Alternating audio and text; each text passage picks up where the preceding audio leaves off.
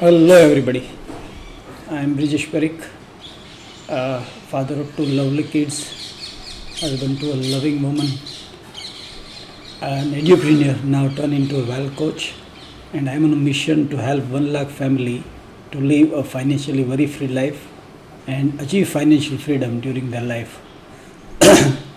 मेरे इसी मिशन के तहत मैं आज ये financial freedom with planet wealth करके जो यूट्यूब चैनल चला रहा हूँ, उसमें आज का ये छोटा सा वीडियो जिसमें हम कंपाउंडिंग इंटरेस्ट के बारे में बात करने वाले हैं।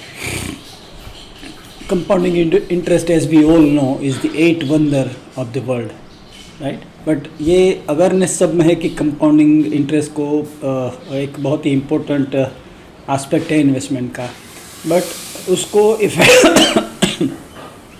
इफ़ेक्टिवली यूज़ जो कर पाएंगे उनको ये बेनिफिट देगा, और जो उनको समझ नहीं पाएंगे और उसको यूज़ नहीं कर पाएंगे उनको वो हेल्प नहीं करेगा। तो आज हम देखने वाले हैं कि नॉर्मल इन्वेस्टर कंपाउंडिंग इंटरेस्ट में क्या गलतियाँ करते हैं, और आप उसको ठीक से समझ के आप अपनी वेल्थ क्रिएशन जर्नी में उसको कैसे इफ़ेक्टिवली यूज़ कर पाएंगे। ये कंपाउंड इंटरेस्ट की फॉर्मूला है जो हमने 6th और 7th या 8th स्टैंडर्ड में सीखी थी कि आपकी जो अमाउंट है, आपने जो इन्वेस्ट किया है, उसकी जो मैच्योरिटी अमाउंट है वो डिपेंड करती है आपकी प्रिंसिपल पे, आपकी इंटरेस्ट रेट पे, और आपने जो इंटरेस्ट किया है वो कितने टाइम पे आपने इंटरेस्ट अर्न किया है। ये 3 फैक्टर उसमें रोल प्ले करते हैं। हम उसकी मैथमेटिकल फार्मूला की डिटेल में नहीं जाते अभी, ठीक है। ये आपने कितना इन्वेस्ट किया, ये आपकी मैच्योरिटी क्या होगी, ये आपने कितना इन्वेस्ट किया, आपने क्या इंटरेस्ट अर्न किया, आपकी कंपाउंडिंग फ्रीक्वेंसी क्या थी, और आपने कितने टाइम तक आपने इन्वेस्ट किया। दिस आर दी 4 फैक्टर जो आपकी ये मैच्योरिटी अमाउंट को करेगा।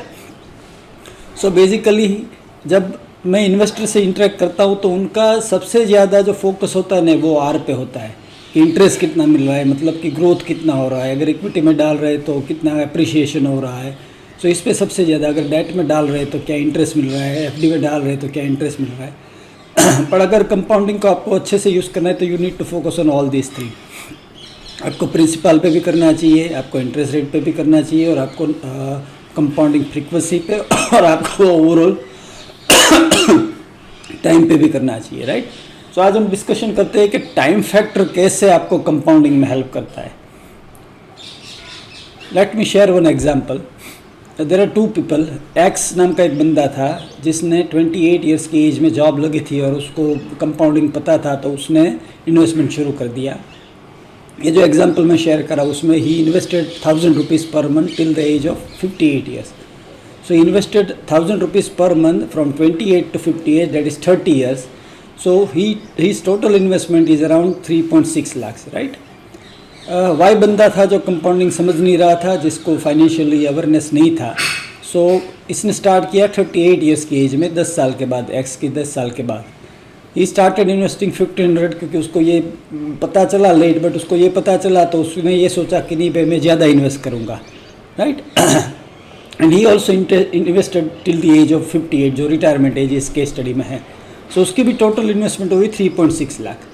आप देख सकते हैं कि एक्स ने जल्दी शुरू किया था, उसने भी 3.6 लाख इन्वेस्ट किया। वाई ने थोड़ा लेट किया था, 10 साल, उसने ज़्यादा पैसे लगाए और उसने भी 3.6 लाख इन्वेस्ट किया। अभी एज्यूम ये केस स्टडी में किया गया कि दोनों को 10% का कंपाउंडेड एनुअल ग्रोथ अपनी इन्वेस्टमेंट में मिला होगा, right.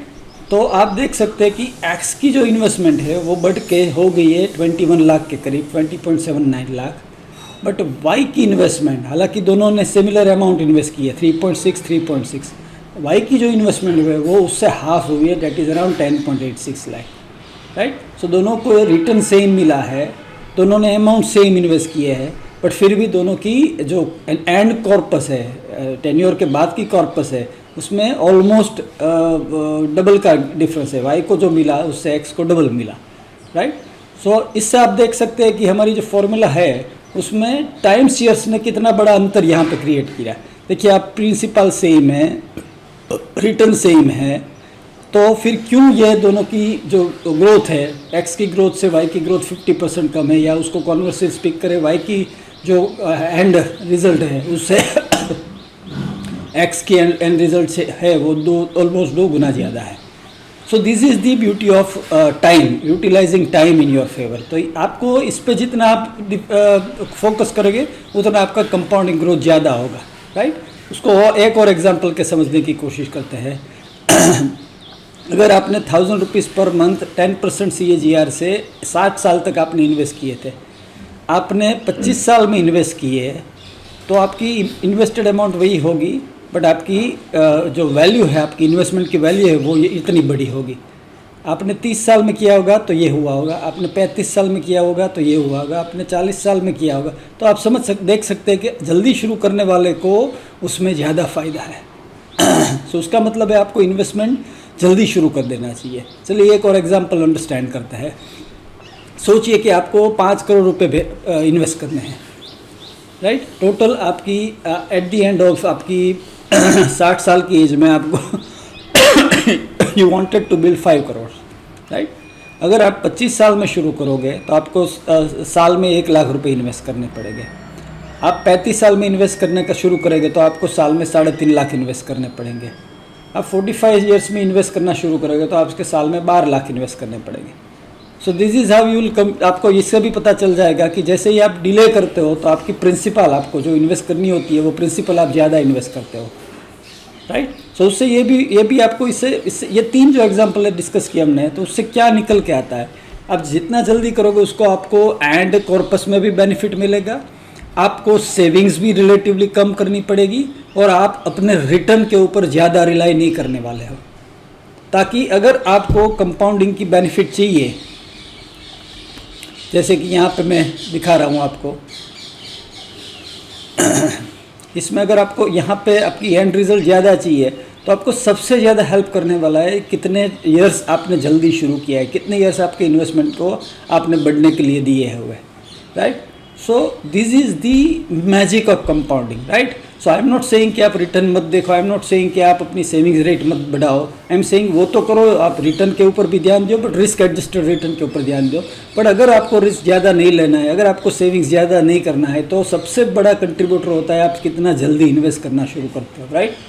So what is the learning from this compounding formula, उसको हमने जहाँ डिकोड किया तो उसकी लर्निंग क्या है, तो उसकी लर्निंग ये है कि आप जितना जल्दी शुरू हो सके उतना जल्दी इन्वेस्टमेंट करना शुरू कर दो, ताकि आपको जो रिक्वायर्ड कॉर्पस है वो आप आसानी से इकट्ठा कर पाओ और उसको यूज़ कर पाओ, राइट।